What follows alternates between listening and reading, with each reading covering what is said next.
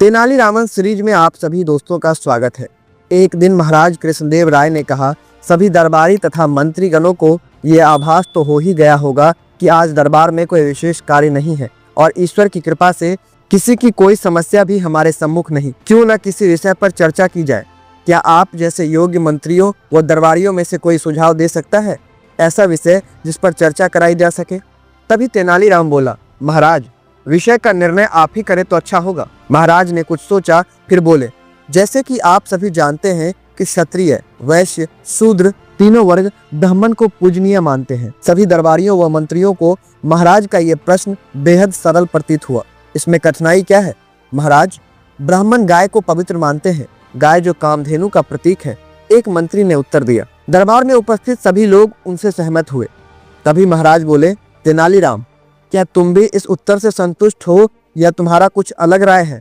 तेनालीराम हाथ जोड़ते हुए विनम्र भाव से बोले, महाराज, गाय को तो सभी पवित्र मानते हैं, चाहे मानव हो या देवता, और ऐसा मानने वाला मैं अकेला नहीं, हमारे विद्वान की राय भी यही है। तब महाराज ने पूछा, यदि ऐसा है तो ब्राह्मण गौ चर्म से बने जूते चप्पल क्यों पहनते हैं? पूरे दरबार में चुप्पी छा गई।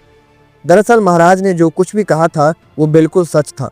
इस प्रश्न का उत्तर किसी के पास न था। सबको चुप देख महाराज ने घोषणा की कि जो भी इस प्रश्न का संतोषजनक उत्तर देगा उसे 1000 स्वर्ण मुद्राएं पुरस्कार में दी जाएगी। 1000 स्वर्ण मुद्राओं का पुरस्कार दरबार में उपस्थित हर कोई लेना चाहता था, लेकिन प्रश्न का उत्तर कोई नहीं जानता था। सभी को चुप बैठा देख तेनालीरामन अपने आसन से उठते हुए बोले, महाराज, ब्राह्मण के चरण बेहद पवित्र माने जाते हैं, उतने ही पवित्र जितने कि किसी तीर्थ का धर्म यात्रा। अतः गौ चर्म से बने जूते चप्पल पहनने से गायों को मोक्ष मिल जाती है। गलत तो हर हाल में गलत है। महाराज बोले, गौ चर्म से बने जूते चप्पल पहनना जायज नहीं कहा जा सकता है, चाहे फिर पहनने वाला ब्राह्मण हो या किसी अन्य वर्ग का। लेकिन मुझे खुशी इस बात की है कि तेनालीराम उत्तर देने का साहस तो किया, और चतुराई भरा उत्तर उसे 1000 स्वर्ण मुद्राएं दिलाने के लिए काफी है। इसी तरह की तेनालीरामन की कहानियां सुनने के लिए आप पुराण चर्चा से जुड़े रहें और चैनल को सब्सक्राइब करें और कमेंट करके बताएं कि उस समय सच में ब्राह्मण गाय के खाल से बने जूते चप्पल पहनते थे। आपका बहुत बहुत धन्यवाद।